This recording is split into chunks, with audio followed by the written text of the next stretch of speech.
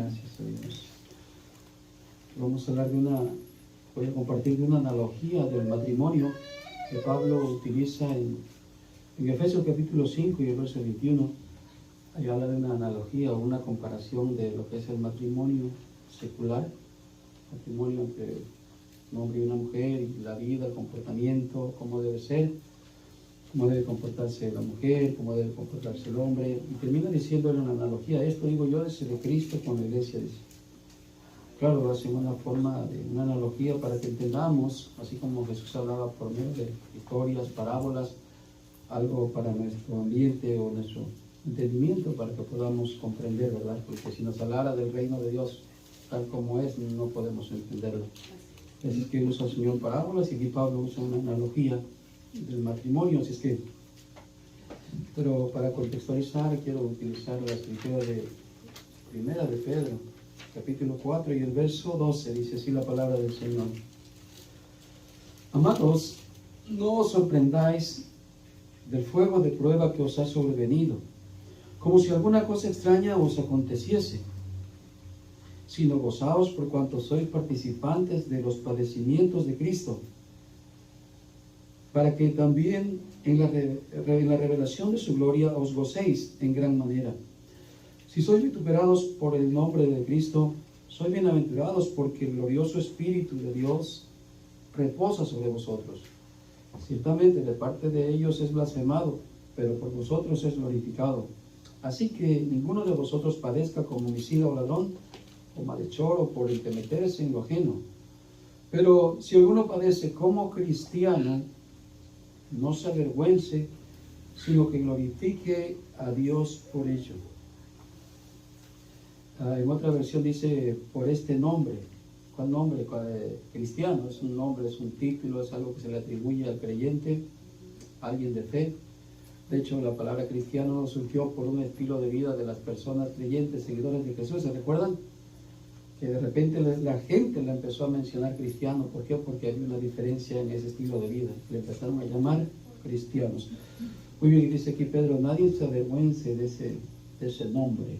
En el verso 17, porque es tiempo de que el juicio comience por la casa de Dios, y si primero comienza por nosotros, ¿cuál será el fin de aquellos que no obedecen al Evangelio de Dios? Y si el justo con dificultad se salva, ¿en dónde aparecerá el impío y el pecador? De modo que los que padecen según la voluntad de Dios encomienden sus almas al fiel Creador y hagan el bien. Hasta ahí. Demos gracias al Señor. Señor y Padre bueno, gracias nuevamente porque nos ha dado este precioso día lleno de amor y de misericordia para con nosotros, a cada uno, y que hoy podemos, Señor, disfrutar también de su palabra, que es medicina, que es alimento para el creyente, para el alma, para cada uno de los que estamos acá, y que nos sigue, Señor, librando del mal, porque nos ha cubierto, Señor, con sus alas y seguimos bajo su protección. Y nos estamos alimentando, Señor, cada día, no de las cosas pecaminosas, sino de tu palabra, Señor, que es vida, vida eterna, Señor, esperanza, salvación. Sí, Señor amado. Es que gracias en este momento, y bendice a cada oidor, no solamente los que estamos acá, sino los que después puedan escuchar, Señor, este video o el audio, y que de igual manera, Señor, puedan ser bendecidos. Te damos gracias en el nombre de Jesús. Amén y amén. Toma su asiento.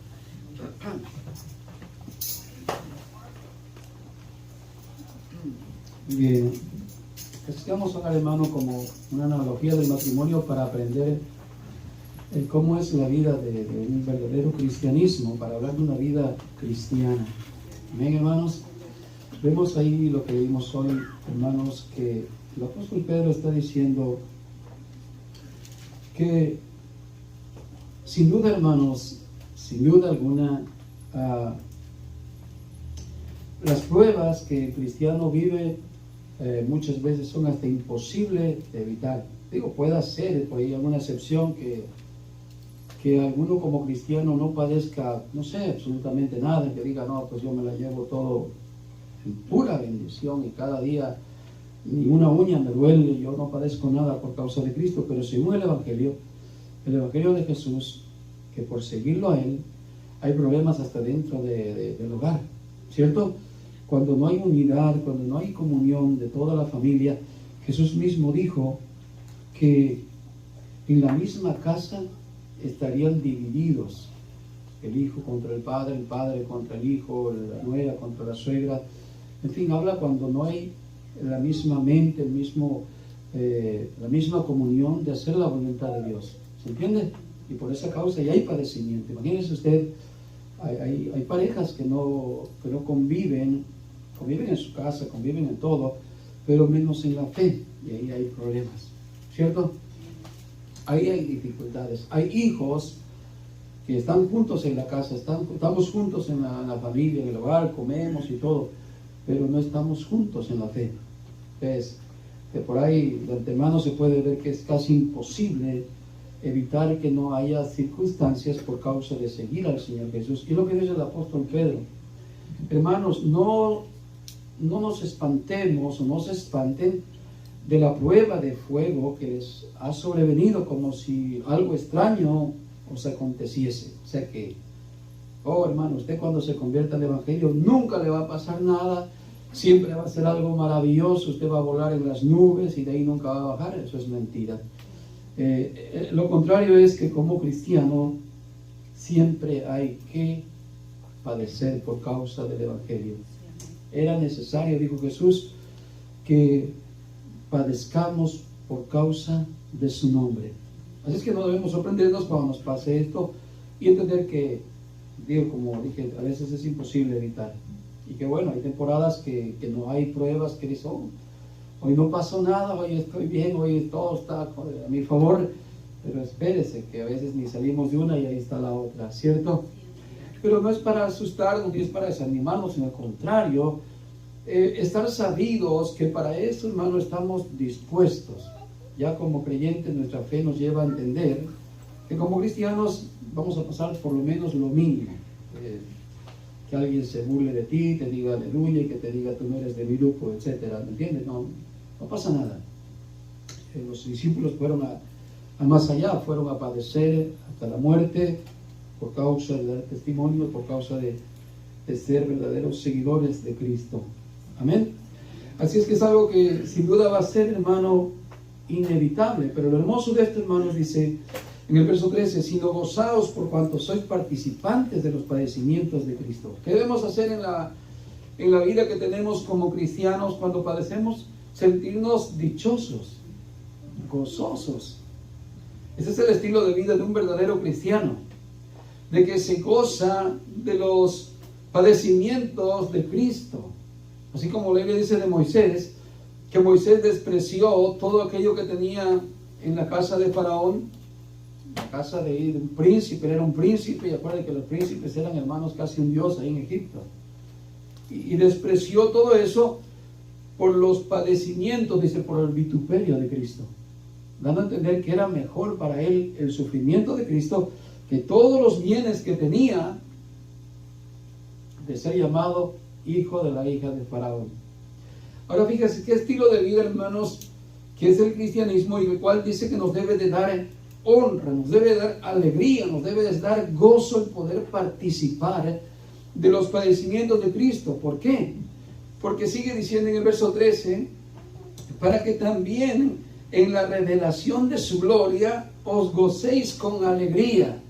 O sea que al padecer por Cristo en esta vida y padecer así como Él padeció, también tenemos herencia en la vida eterna, en el gozo eterno cuando Él venga nuevamente por segunda vez.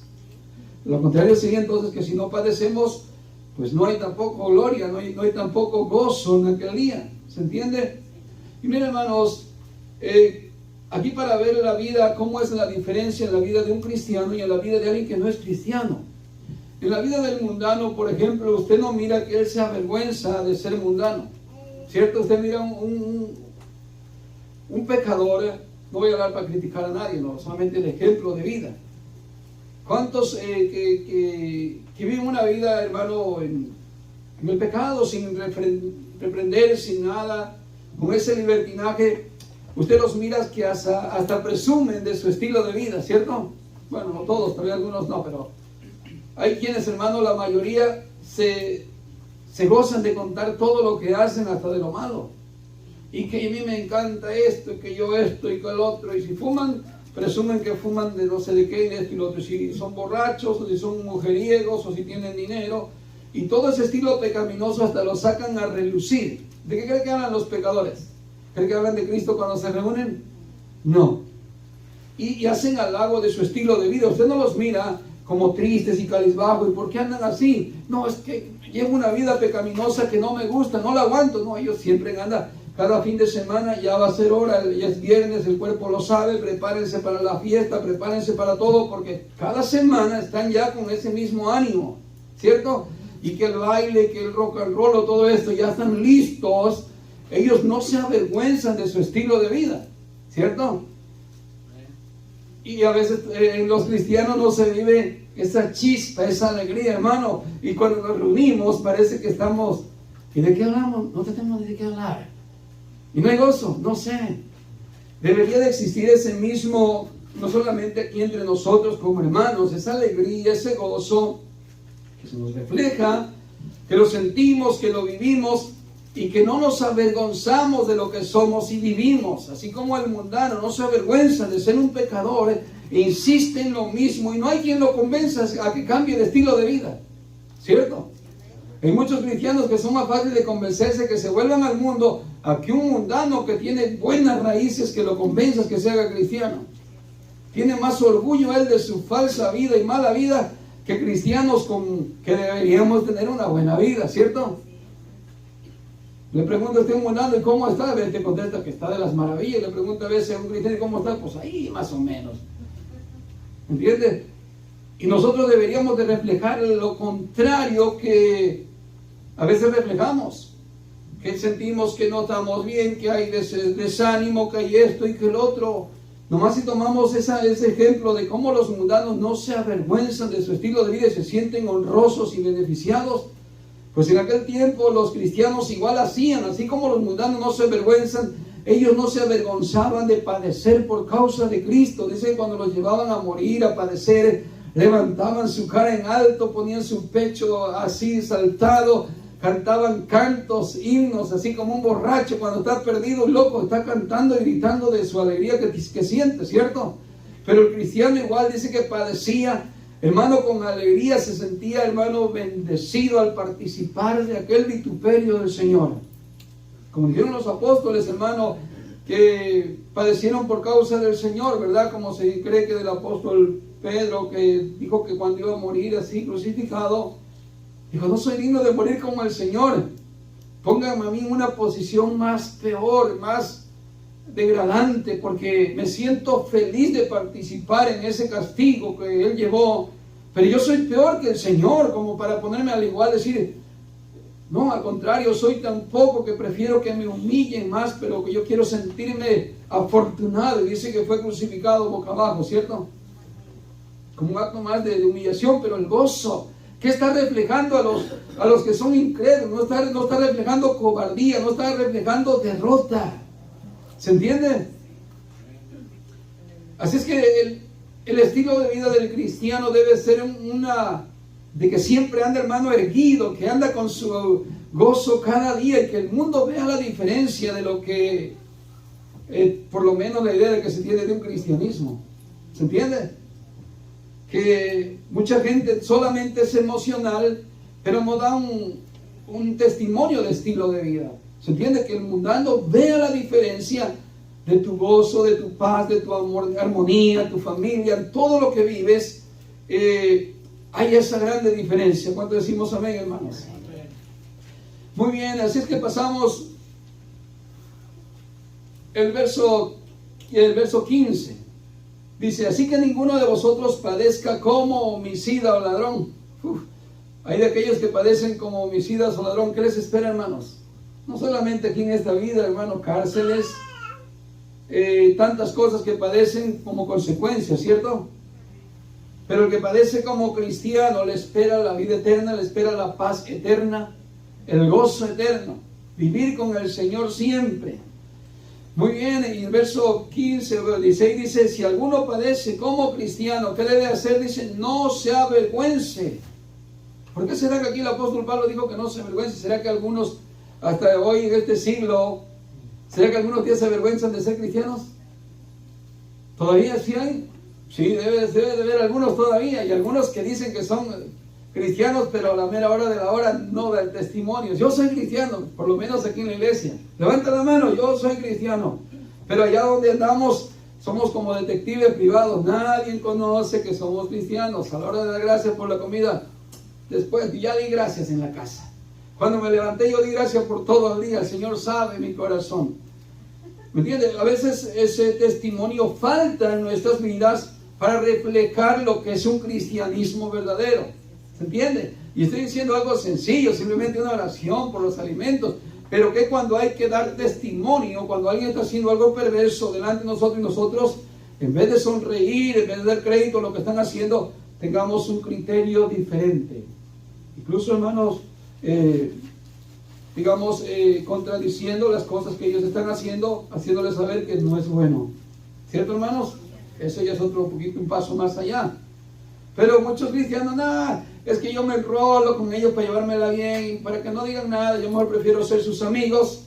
Y bueno, eso puede pasar también, que muchos todavía se avergüenzan de ser llamados cristianos, que es un nombre, es una forma de conocer a un cristiano. No es que cristiano sea algo que no, es algo muy grande, ¿no? En realidad es algo que nos denota que es un estilo de vida que hemos decidido tener por seguir a nuestro Señor y Salvador Jesús. Amén, hermanos. Así que si alguno padece como cristiano, no se avergüence. Claro, en aquel tiempo era más difícil decir no se avergüence, porque tenías que ir a la muerte, tenías que ir a algún lugar donde era castigo. ¿Se entiende? Hoy son otras cosas que ya vivimos, ya no nos están esperando allá afuera para quemarnos como una antorcha, o meternos a la cárcel, o freírnos en una pileta de aceite. Imagínense que esa fuera la forma de no avergonzarnos. Muchos ni habíamos venido al culto hoy, ¿cierto? Porque nos está esperando afuera la pileta de aceite hirviendo. Pero hoy es diferente y es más sencillo dar testimonio. Claro, tiene que ver muchas cosas con nuestro buen estilo de vida. Así es, hermanos. Y sigue diciendo, si no glorifique a Dios por ello. ¿Qué debemos hacer? Glorificar a Dios por ser cristianos, por tener este nombre, este estilo de vida, de ser llamados cristianos o seguidores de Cristo. Ahora vamos a ir a la genealogía que habla Pablo en Efesios capítulo 5 y en el verso 21 en adelante. Muy bien.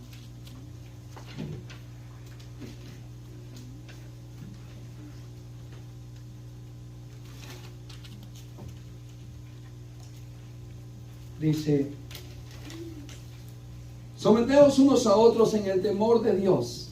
Las casadas estén sujetas a sus propios maridos como al Señor.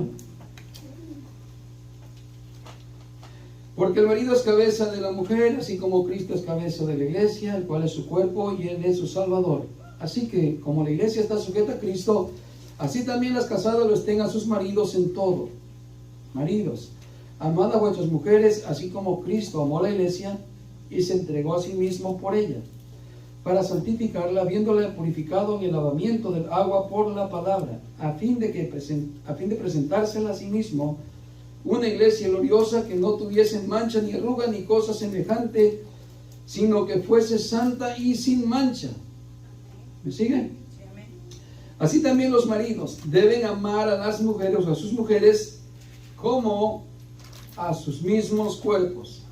El que ama a su mujer, a sí mismo se ama, porque nadie aborreció jamás su propia carne, sino que la sustenta y la cuida, como también Cristo a la iglesia, porque somos miembros de su cuerpo y de su carne y de sus huesos.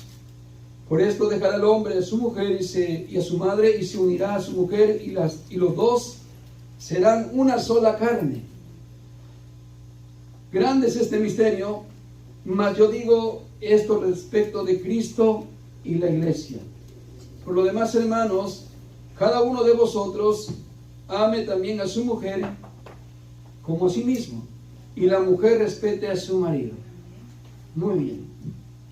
En esta analogía quiero que veamos algo, hermano, que es un estilo de vida, hermanos. Con eso someteos unos a otros, la mujer respete a su marido cuide a su esposa, protégela, ámela, y pone el ejemplo, así como Cristo es cabeza de la iglesia, Cristo es el que mantiene a la iglesia, la cuida, la protege. ¿Para qué? Para presentársela a sí mismo como una iglesia gloriosa, sin mancha y sin arruga. Entonces, esta es una analogía que Pablo saca de un matrimonio físico, un matrimonio terrenal. ¿Cómo vive el matrimonio?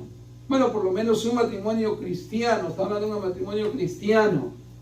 En un matrimonio cristiano dice que por esta, vamos a decir, unión que hay entre un hombre y una mujer, hay una unión entre ellos, de la cual uno se compromete cuando se casa y dice voy a ser fiel hasta la muerte, ¿cierto? Y dice la Escritura que por esta razón dejará el hombre a su padre y se unirá a su mujer y serán ambos una sola carne, ya no dos, sino una sola carne. Y ahí el estilo de vida, entonces, ¿cómo es?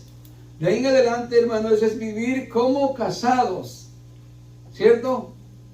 Andar como casados, pensar como casados, dormir como casados, despertarse como casados, salir a algún mandado como casados, y todo eso, regresar como casados. El problema es que hoy en día a veces no se nota eso porque en matrimonios también del mundo.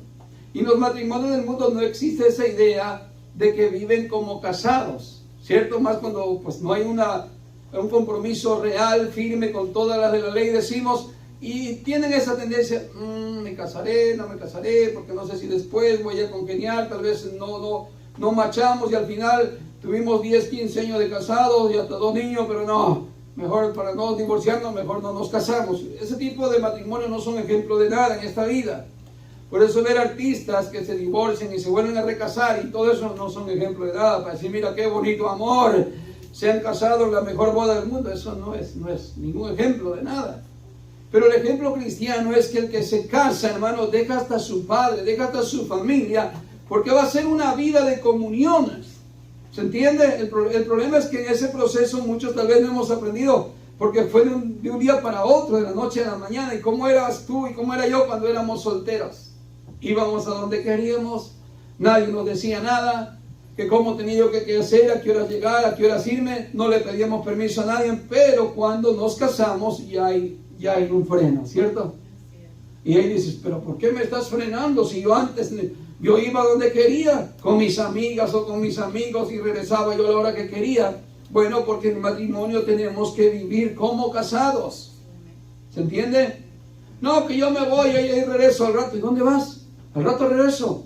¿Pero cómo? ¿Que no estamos casados? Soy que ya piensa como que está soltero, que no se le ha prendido el foco y si ¿qué ando haciendo? Me recuerdo de un joven que conozco, es jardinero, y la pensaba para casarse. Digo, ya cásate. Y te invito a la iglesia para que tu matrimonio también no vaya a ir por ahí ¿me entiendes? Que te cases y vaya de mal en peor. Sí, pero yo no quiero casarme, es que yo no quiero que la mujer me gobierne. Yo estoy enseñado, dice, a que nadie me diga nada y voy a donde sea y regreso a la hora que yo quiero. Pues piénsalo, porque al casarte, digo, tu vida tiene que cambiar. Tu esposa no va a estar de acuerdo que te vayas sin saber a dónde y regreses, quién sabe, a la hora que tú quieras. Digo, no. El matrimonio ya tiene un cambio de vida, es algo que se tiene que respetar, que se tiene que amar, se tiene que cuidar, se tiene que proteger. Hay muchas cosas que se tienen que hacer dentro del matrimonio. Pero los primeros años uno de casado como que le cuesta, ¿cierto? Y todavía, bueno, algunos ya tienen años de casar y dicen las mujeres o los hombres, respeta mi espacio, déjame mi tiempo, déjame libre un poco. ¿Se entiende? Y todavía cristianos como que no entendemos el plan de Dios en nuestras vidas del matrimonio. Y Dios pide en su tiempo libre, déjame libre. ¿Cómo? Si somos una sola carne, debemos pensar en ambos que estamos casados, no estamos tratando de separarnos, sino de vivir cada día en esa comunión. ¿Se entiende? Pero esta analogía se refiere a Cristo y la iglesia, dice el apóstol Pablo. ¿Cómo debe de andar entonces, hermano, el verdadero matrimonio cristiano? Todavía siguiendo los ejemplos de un matrimonio cristiano. Yo no sé usted, pero cuando uno recién se casa como varón, uno le dice a la esposa, ten cuidado cuando salgas al mandado. ¿Y por qué? porque más de alguno te va a dirigir tal vez la plática, algún saludito, y si él no sabe que tú estás casada y no le das a saber eso en tu forma de actuar, en tu forma respetuosa, y le empiezas a sonreír, él va a pensar que tú ya le estás dando como oportunidad de que te enamore, ¿cierto? Yo le decía a mi esposa, yo jovencillo, pero le decía, cuando salgas en el autobús, no te sonrías con cualquiera, ni aunque te tenga haciendo cosquillas, no tienes por qué andar sonriendo. Mantente seria, mantente quieta, y no te vayas hasta el rincón allá en lo oculto, mantente por ahí donde la gente te vea. ¿Y por qué? ¿Estás celoso? No, estoy cuidando lo mío. ¿Cierto, hermano? ¿Sí o no? Yo voy hasta el extremo. Yo he visto hombres, bueno, no cristianos, pero en el mundo, que dejan que sus mujeres se vistan de una forma muy inapropiada. ¿Se entiende qué es lo que digo? Y como que andan dejando que otros hombres estén mirando lo que es propio, lo que es de él, lo que es suyo, ¿se entiende? Y no tienen ese celo de cuidar.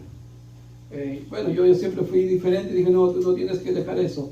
Y si alguien te hace plática y tú miras que va por un mal camino, inmediatamente córtalo y no vuelvas a darle más ni la plática. ¿Por qué? Porque tú tienes que tener mucho. Pero si yo no ando con esa idea, tú no, pero no va a faltar quien sí ande con otra idea. Y tú estás casada, ya no eres joven, ya no eres la soltera, ya estamos casados. Y por ahí me dice, tía, dame mi espacio, dice. Pero para estresarse, no para andar haciendo algo malo. No, pero los hombres también, ahora que los hombres también no piensan, ya me tienes harta, déjame una vuelta yo solo por ahí. ¿Dónde vas a ir solo? ¿Qué vas a hacer? Que no quieres que yo vaya contigo. A ver, cuando éramos novios, quería sacarme a mí. Y ahora cuando estás casado, ¿por qué te quieres ir solo? A ver, no hay excusa, hermano. Tenemos que actuar. En pocas palabras, no tenemos que dejarnos atraer por el mundo, ni tampoco buscar las cosas del mundo. Eso sería un matrimonio que no está centrado en su esposa o en su esposo. ¿Qué anda allá coqueteando con el mundo? ¿Qué anda coqueteando con la vecina, con el vecino, con el que pasa en la calle? ¿Por qué voltea a ver quién le está llamando allá al mundo? ¿Me entiende? ¿Entiende? A veces va con la pareja y el esposo va volteando para otro lado y la pareja pues, va para acá enfrente. ¿Y qué está volteando el marido para otro lado? ¿Y dónde vas tú? La mujer está un peñiscón, ¿y dónde vas? ¿Qué andas haciendo? O sea, la distracción, ¿qué está coqueteando con el mundo? ¿Se entiende? En Dios es igual, hermano. Esta analogía es que cuando nos convertimos al Señor, dice la Biblia que venimos a ser uno con Cristo. No físicamente, pero sí espiritualmente, dijo el apóstol Pablo. El que se ha unido a Cristo, dice, un espíritu es con Él. Por eso dice, ¿acaso uniréis vuestros miembros a una ramera? ¿Acaso os desligaréis de Cristo? ¿O te vas a contaminar ese espíritu que hay en ti y el espíritu de Dios que está en ti? ¿Lo vas a contaminar con el pecado? Cuando dice que lo vas a unir a una ramera, puede ser cualquier pecado del mundo. ¿Se entiende? ¿Por qué? Porque venimos a ser un espíritu en Cristo. Está hablando de una unidad. Así como el matrimonio es una unidad física, en Cristo es una unidad espiritual. ¿Cómo debo de pensar? Como cristiano debo de pensar como hijo de Dios en las cosas de arriba, en las cosas eternas, en las cosas celestiales, en la fidelidad a Dios, en la obediencia a Dios, en la sumisión a Dios. Caminar como cristiano, levantarme como cristiano, acostarme como cristiano, orar, leer la palabra del Señor, congregarme. ¿Qué más cosas puedo hacer como cristiano que es testimonio de un cristiano? ¿Se entiende? La santificación cada día. ¿Por qué? Porque estoy viviendo como un cristiano, pero a veces se nos olvida que somos cristianos y tenemos, domingos somos cristianos. Y los martes también cuando venimos aquí a alguna práctica o algo. El jueves también porque es servicio de cristianos, pero entonces sería lunes no, miércoles tampoco, ni viernes tampoco, ni sábado tampoco tenemos. ¿Se entiende? No, hermanos, en realidad nuestra vida de cristiano debe ser el levantarnos y el acostarnos. Todos los días. Al despertarnos debemos dar gracias a Dios, debemos incluso meditar en la palabra del Señor. ¿Se entiende? Y en nuestro último respiro, de conciencia antes de dormirnos, debe ser lo mismo. Como una unidad con Cristo. No estamos separados de Él, estamos unidos con Él. Pero ese testimonio se tiene que reflejar en nuestra vida de cómo es que estamos viviendo unidos con Cristo en cada una de nuestras cosas cotidianas, diariamente. Cómo nos conducimos, tiene que ver nuestra forma de pensar lo que vemos, lo que hablamos, lo que sentimos, lo que pensamos. ¿Pensamos como Dios? ¿Sentimos como Jesús? ¿Sentimos como Jesús sentía? ¿Hablamos como Jesús hablaba? Tenemos los pensamientos limpios, hermano, no que ya estemos totalmente, hermano, digamos, perfectos, pero al menos el propósito de nuestra mente es buscar lo santo, buscar lo puro, o damos libertad todavía a malas cosas. ¿Se entiende? Porque si algo nos va a identificar como Cristo es tener esa misma mentalidad, esa misma vida que Cristo nos enseñó. ¿Cuánto decimos amén? Así es que tenemos que tener esa comunión con Dios como evidencia que somos de Cristo. ¿Cuánto decimos amén? Esa fidelidad, no buscar la separación de ser cristianos y que arrastramos el ser cristianos, sino al contrario, cada día una vida tan alegre y tan gozosa de tener como unidad a nuestro Dios. ¿Cierto, hermanos? Muy bien. Miren una escritura que está en 2 de Timoteo capítulo 1 y el verso 12. El apóstol Pablo está padeciendo por causa de Cristo. Pues el tema es dar testimonio del padecimiento, que sin duda es inevitable. Y Pablo está padeciendo cárceles, persecuciones y todo esto. Y él dice, por lo cual también sufro estas cosas. Predicar el evangelio. Pero no me avergüenzo, porque yo sé en quién he creído. Usted sabe, hermano, también en quién ha creído, ¿verdad, hermano? En el Señor Jesús.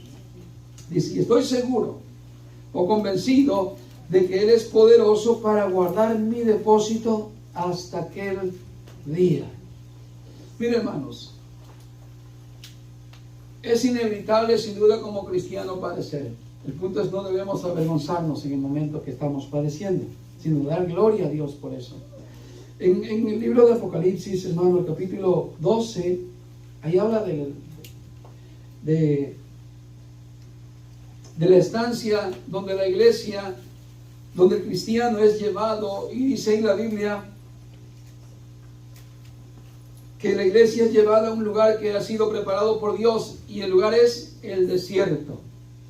Ahí el contexto del capítulo 12 es la mujer y el dragón. La mujer representa a la iglesia y el dragón representa a Satanás. Y dice la escritura en el verso 14 de Apocalipsis 12, dice, y se le dieron a la mujer las dos alas de la gran águila, para que volase de delante de la serpiente al desierto, a su lugar. Mira el lugar de la iglesia, ¿dónde es? El desierto, donde es sustentada por un tiempo y tiempos y la mitad de un tiempo. El mismo ejemplo cuando el Señor llevó al pueblo de Israel, lo sacó de la tierra de Egipto, nosotros también lo sacó de Egipto, que es el mundo, y el Señor llevó a la iglesia, ¿dónde? A Israel, al desierto. ¿Y qué pasó ahí en el desierto? Era para probar a todos aquellos su fe. Igual hoy el Señor no nos va a dejar en el mundo. ¿Por qué? Porque en el mundo está la fama, están las riquezas, está toda aquella vanidad, vanagloria, y la iglesia no está en el mundo. No quiero decir que no está literalmente, quiero decir que no participa de todas esas vanidades del mundo, pero está siendo llevada a un lugar desierto donde va a padecer por causa de Cristo. El desierto es lo que hay. Hay soledad, ahí no hay fama, ahí no hay muchas cosas que nos puedan agradar en el desierto, ¿cierto, hermanos? Pero es ahí donde se deja ver la gloria de Dios. ¿En dónde se miró la gloria de Dios? En el desierto, cuando iba el pueblo de Israel, ¿verdad, hermanos? Supliéndole la comida, supliéndole la bebida, supliéndole el calor, supliéndole la protección para el sol, venciendo a los enemigos. Todo aquello, el Señor mostró su gloria en el desierto. Lo mismo es para la iglesia. El avivamiento no es estar, hermano, en iglesias de 5,000 personas o miembros, ni tantas cosas que hoy se han hecho como show de que es avivamiento. Y es avivamiento, pero no está la gloria de Dios ahí. La gloria de Dios está verdaderamente en el desierto, pero en el desierto no está el mundo, la iglesia mundana. En el desierto está la verdadera iglesia que está padeciendo por causa del Señor. Ahí está la iglesia y ahí también está la gloria de Dios. ¿Cómo? Cuando estamos padeciendo, estamos sufriendo por causa de Cristo, pero ahí, hermano, Dice la Escritura que ahí la iglesia es sustentada por el Señor. Amén, hermano.